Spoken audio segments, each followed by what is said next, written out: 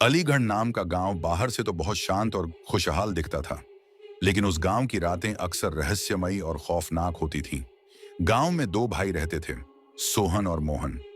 दोनों मेहनती किसान थे और अपने खेतों में पसीना बहाकर उन्होंने अच्छी खासी दौलत कमा ली थी। सोहन का एक बेटा था, राय स्टार, जो अब अपने पिता के साथ खेतों में हाथ बंटाता था।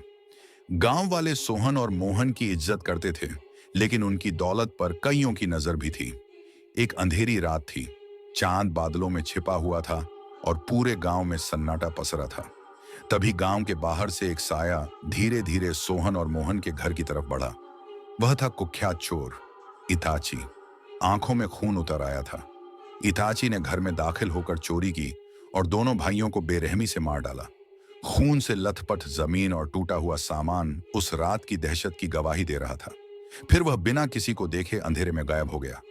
सुबह जब गांव वालों ने यह मंजर देखा तो सबके होश उड़ गए।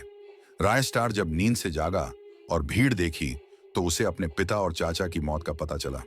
उसके सीने में आग लग गई। गुस्से से उसकी आंखें लाल हो गईं। उसने कसम खाई कि वह अपने पिता और चाचा की मौत का बदला लेगा, लेकिन सीधे टक्कर लेना खतरनाक था।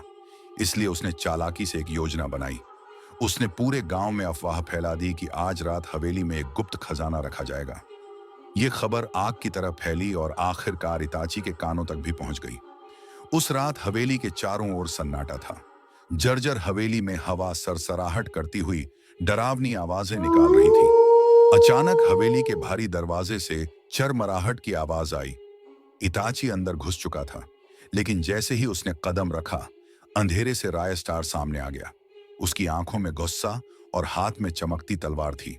वहां दोनों के बीच एक भयंकर लड़ाई छिड़ गई। हवेली की दीवारों में उनकी टक्कर की आवाज गूंज रही थी। आखिरकार राय स्टार ने जोरदार वार किया और इताची जमीन पर ढेर हो गया। उसकी आखिरी चीख हवेली में गूंजकर हमेशा के लिए खामोश हो गई। राय स्टार ने खून से लथपथ हवेली के बीच खड़े होकर आकाश की तरफ देखा और कहा, पिता, चाचा, आपका बदला ले लिया गया है। उस दिन से अलीगढ़ गांव में इताची का नाम सुनते ही लोग कांप उठते और राय स्टार को सब एक नायक मानने लगे।